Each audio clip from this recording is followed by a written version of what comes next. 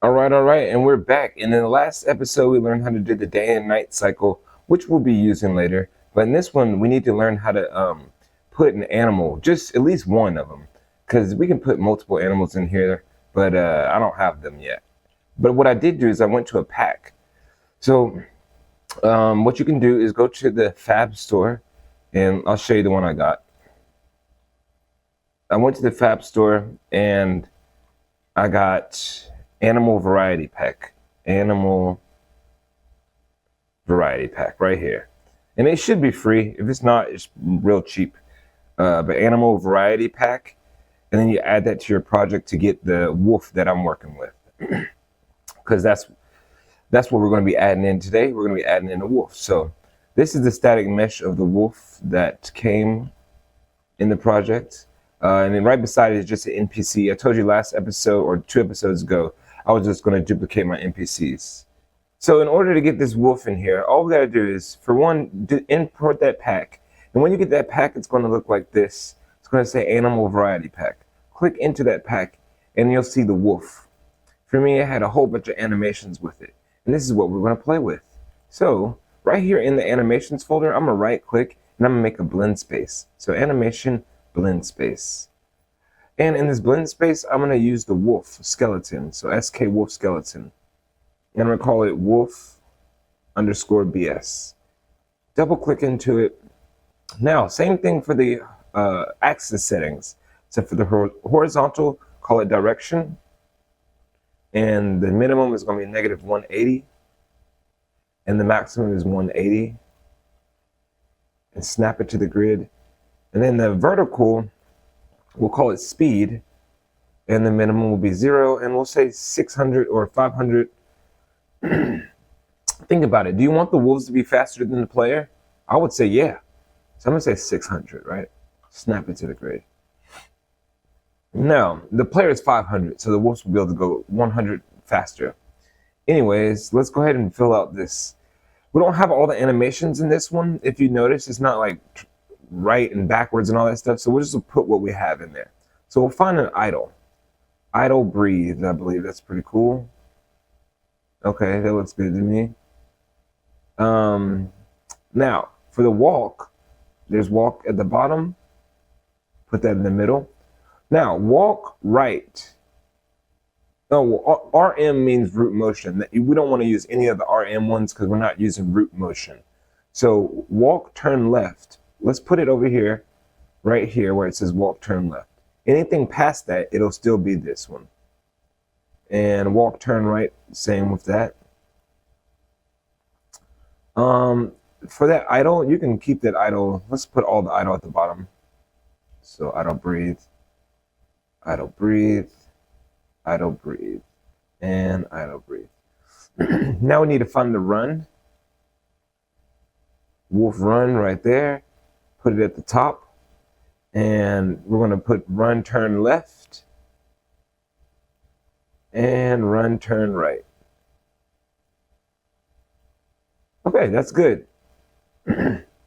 We don't have to worry about the backwards ones because they don't have backwards. So now that you've got that, what we can do is right click here, and we're going to make an animation blueprint. And use the wolf skeleton down here, create, and we're going to call it wolf underscore NMBP. Now here, with just like any other BP, NMBP, we got to make a slot. And from this slot, we can do state machine. Now click into your state machine and make a new state. This state is going to be called idle. Double click into the idle state, and we're going to bring in that idle animation. So the breathe idle is the one that I used. You can use any of the idle ones. And what we're going to do here is we're going to make sure it's looping. There you go. Now from the idle state, we need to make another state, not a conduit, sorry. Make another state called move. And in the move state, we'll just drop that blend space that we made. So wolf BS, hook that up. Make the direction a variable. Make the speed also a variable. So all I did was right click and promote to variable, save, go back here and we need to fill out this condition. If the speed, get speed, is greater than or equal to 1, then we want them to be able to start moving. If the speed is less than 1, then we want them to go back to idle. So get speed and say less than 1, and then go back to idle. Wow. All right, bet. So now we've got the wolf moving. First, let's go into the event graph real quick. From the blue, let's say get actor rotation. And we'll also say get velocity. Then we'll also say from the blue, calculate direction and plug the yellow into the yellow. And from velocity, we'll say vector length. Now all we've got to do is set up the blueprint. Before we can do that, we could drag off direction, set direction to the direction, and drag off speed and set speed to the vector length. Nice. Plug those in, just like that. Save. Now let's make a blueprint for the wolf. So the way we'll do this is, since we already have characters here, oops, not those characters. In our third person blueprint, we have characters. We have an NPC character that can take damage and do all the things that we need it to do. So let's, like the child blueprint of that is the guard. What we could do is make a, because we want the animals to be aggressive like the guards. However, we don't want them to die the same way. We want them to die a little bit different. So what we'll do is make a duplicate of the guard. Instead of a child blueprint, just duplicate the guard, and we'll call it wolf BP, or BP_wolf. Now take this and we can put it into our wolf folder. All right, now you've got that there. What you can do is click inside of that wolf, and we've got to change this mesh out. So the mesh that we want to be using is the wolf mesh. So find it over here in the purple. Just type in wolf, and there it should go right there. Now, as you notice, the capsule is still like large. The only thing that matters about the capsule is we're going to stretch it out, but it matters about where it is on the bottom, and it's right in the right place. Also, for this one, we can take off this spear, or spear. So delete it. And that will also make this code a little bit invalid, which is okay. You can delete this code anyways. Well, let's not delete it. Let's keep it for now. We'll go back to the viewport here. Click on your capsule collision, and what we're going to do is we're going to make the radius bigger. So it's like that. So he takes up more capsule. But it's good. He's on the ground, and that's perfect, as you'll see. The other thing we need to do is click on your mesh and make sure his animation class is the wolf animation blueprint. There we go. Now back in our wolf animation blueprint, from this blue, we can drag off and say wolf BP, cast to your wolf BP, plug in the execution pins, and now your wolf should be able to move around your level and take damage. So let's put this wolf into the level real quick. It's a little bit small for me. I don't want this wolf to be like that small. I want them to be bigger. So let's go here and let's make it bigger.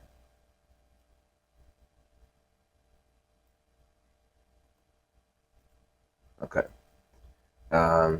Let's take this one off since it's making the error. Compile and save. And let's go back and see the wolf size. That's perfect size.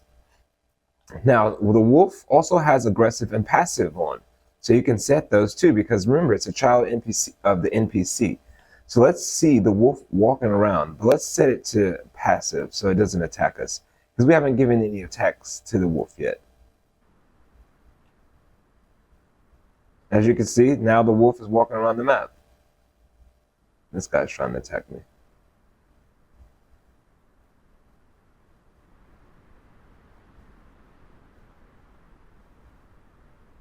So there we go. That's how you put a wolf into your game. And the wolf has a health bar, just like any other NPC, and it can take damage just like any other NPC. So what we can do now is we can add in different kinds of animals into our game based off that wolf. And we just keep duplicating it, and we'll just make different animals. And then from the animals, what you're going to do is be able to get resources. So let's go ahead and handle that part before we end this episode. So from the BP wolf, let's look into what's happening here. So on an attack player, let's make this do something different on G attack. So this G attack is going to do something different. Acceptance radius, let's make it like 150. And animation right here. When they attack, we want him to do an attack animation. So I think there's one called a bite.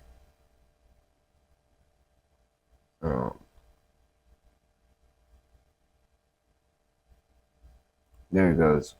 Wolf bite. I'm just going to plug the... Oh, you can't. You have to right click and make it into an animation montage. Create anima montage. Now on that one, I can plug that in. One more thing though, let's go back to the wolf's BP. Go to the character movement, and where it says walking speed, max walk speed, make sure that's up to 600 and not at 500. So mine max walk speed, it's at 250. Oh, so it's not that. It's actually going to be their, go to the event begin play and set sprint speed to 600. There we go. All right, so when it gets hit, we need to have an animation there.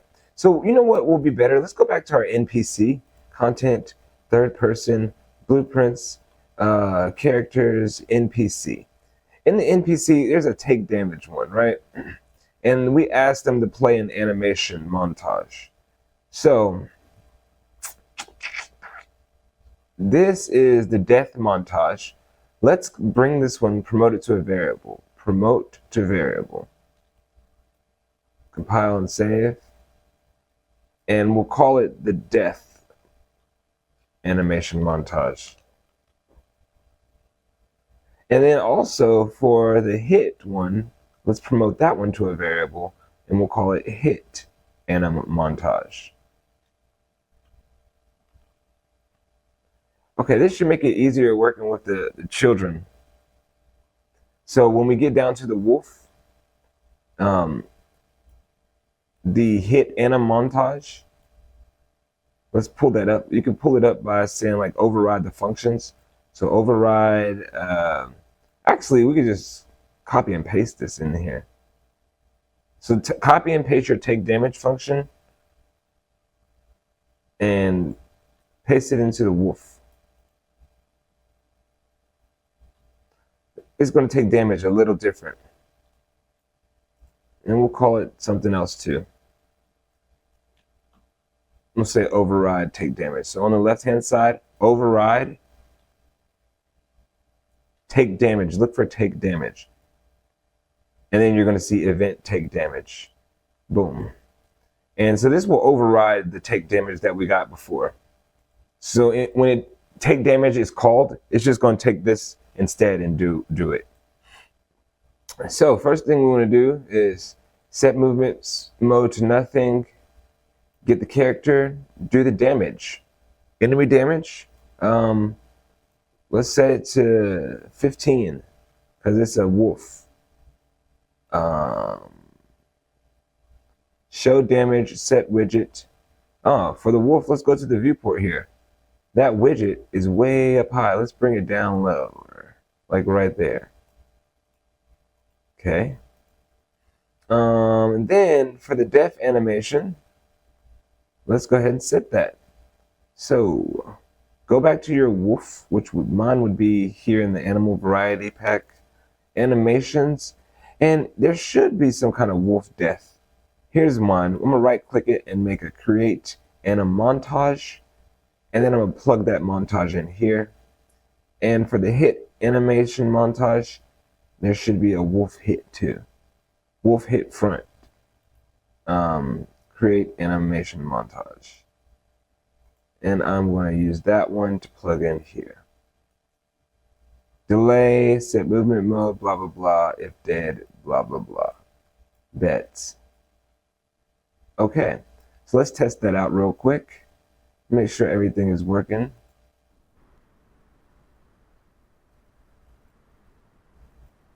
Okay, cool. Now the wolf can take damage, and eventually it's going to die. Oh, you know what we didn't do? Let's do that. Let's go ahead and fix that death animation. So on the death montage, double click into it. On the left-hand side, where it says enable auto blend, unclick that so that now he'll stay in that last pose.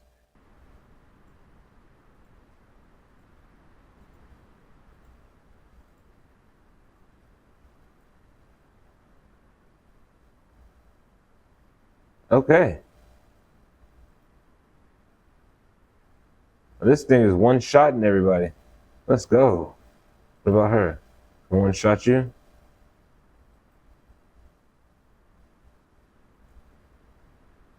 Yeah. Why is it one-shotting everybody? Let's fix that error real quick. That would be back in the NPC. What do we do to the NPC? Oh, I know what we did. Third person, not third person, sorry, it's an NPC character.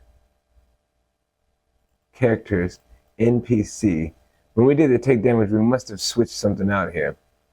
So, if less than 0 is true, play the death animation montage. Bet, but the hit animation montage. So, yep, we have it as the death one. I knew we messed up there. Let's find the hit. Head hit. I think that's what it was. Put that back there. There we go, man. That's going to be a lot better. And you'd have to go back into your other NPCs and make sure all the animations are playing correctly. But now that we have them as variables, all you have to do is do exactly what we just did for the wolf and just copy it over. In the next episode, we're going to make it so that when the wolf dies, it spawns some items, or we can loot and skin the wolf so we can cook it. You know what I'm saying? We need the raw meat from the wolf to cook on the fire. You dig? So, and also we're going to make sure that the wolf's bite comes and hits the player. Because right now, the bite is not affecting the player. So, join me in the next episode and we can handle those two things. We can continue on with this wolf, and then we'll have a lot of animals that we can go and loot. We can get some stuff from them. But yo, look, that's all I wanted to show you in this episode. Hope that you learned something, and I will holler at y'all in the next one. Peace. Run to the money, on my feet, don't fail. The DA and the judge wanna do their best to jail. I done turned it all.